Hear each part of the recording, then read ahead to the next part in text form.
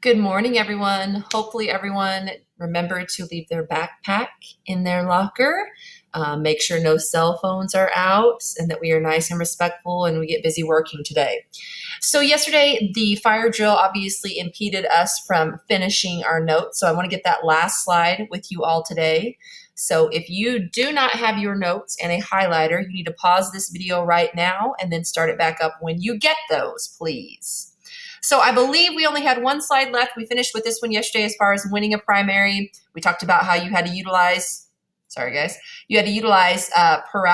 plurality and just getting the most votes and not have to worry about a majority. That is in most of the states. Some states you have to have a majority, but remember they have to have a runoff. So we typically stick with plurality or the most votes in a primary. Remember, this is just in a primary. We also talked about third-party nominees and how they kind of have odds stacked against them from the get-go. Democrats and Republicans, major political parties are always on the ballot, but those third-party candidates have to get a petition and get people to sign. So that's how we win a primary. What we're going to look at next is the final bit of notes, and that has to do with our political party roles. So we've talked about before the main goal of a political party. You remember, right? Yes, absolutely. Get as many candidates in their in their party elected to office as possible. So that is their main goal. That's what political parties kind of are designed to do. Get as many people from their party in office as possible. Because remember, that's how they impact the government. But political parties also have different roles. One such role, they help to support their candidate. So we're not all going to run for president or vice president or even governor or mayor, but we can still be involved in political parties and support the candidates that we believe in and that we want to see in those particular offices.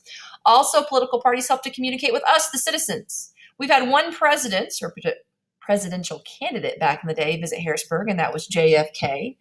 But other than that, typically presidential candidates don't visit Southern Illinois. We're not an area that has huge numbers of votes. And so they don't. They go to other areas to kind of focus on. So political party members help to communicate with us when the candidates aren't in that particular place. The third thing that they do, they run the governments.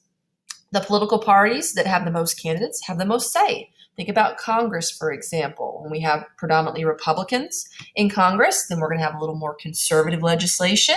Or if we have predominantly Democrats, we may have a little more liberal legislation. Political parties also help to link the different parts of government. We talked about yesterday how we have 3 levels of political parties. We have our local, our state, and our national, and how those work at their own independent level to do various things depending on who they want to get elected.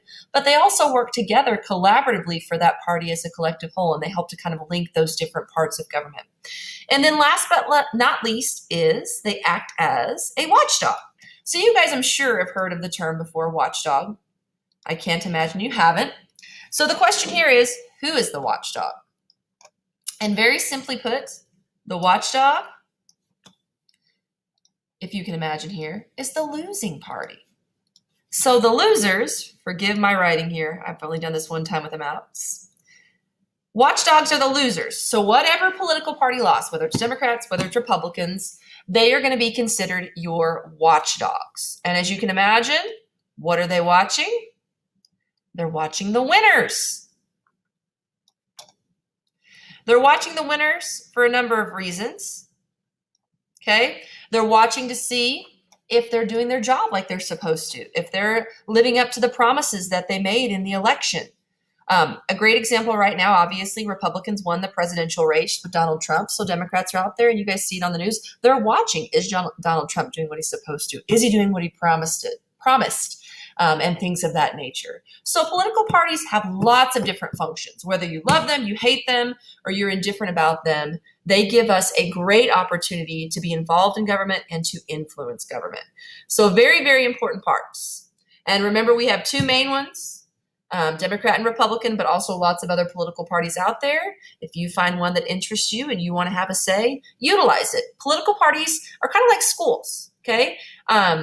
They are an opportunity for you guys to use them to your benefit. They're like a ladder that you can climb to greater things, or you can just stay down at the bottom and you can complain about them. So think about that. Think about where you stand on a lot of issues and what political party you may or may not belong to one day if you choose to. And remember, you don't have to. So that should get you all caught up with the notes. If you are not caught up, you are going to have to borrow some notes from somebody in class, at least for the highlighting portion of the notes. If you are, you can get the notes from the classroom. If you go to your Google Classroom, go to your respective hour, whether it's first, second, or third. But if you go there, you'll see that I have makeup notes on here that you can click on. You're just going to have to borrow from somebody so that you can get the highlighted sections. You're also going to see on Google Classroom your assignment for Quizlet for your study guide. I'm going to make a second video that I'm going to post on Google Classroom as well. If you have any issues on how to make that new study guide, go ahead and click on that video and make sure that you get everything in the right place. If you have any questions, don't be afraid to email me, hcox@harrisburg3.org. Please be polite. Please be respectful. Get your work done. And I will see you all tomorrow. Have a good day.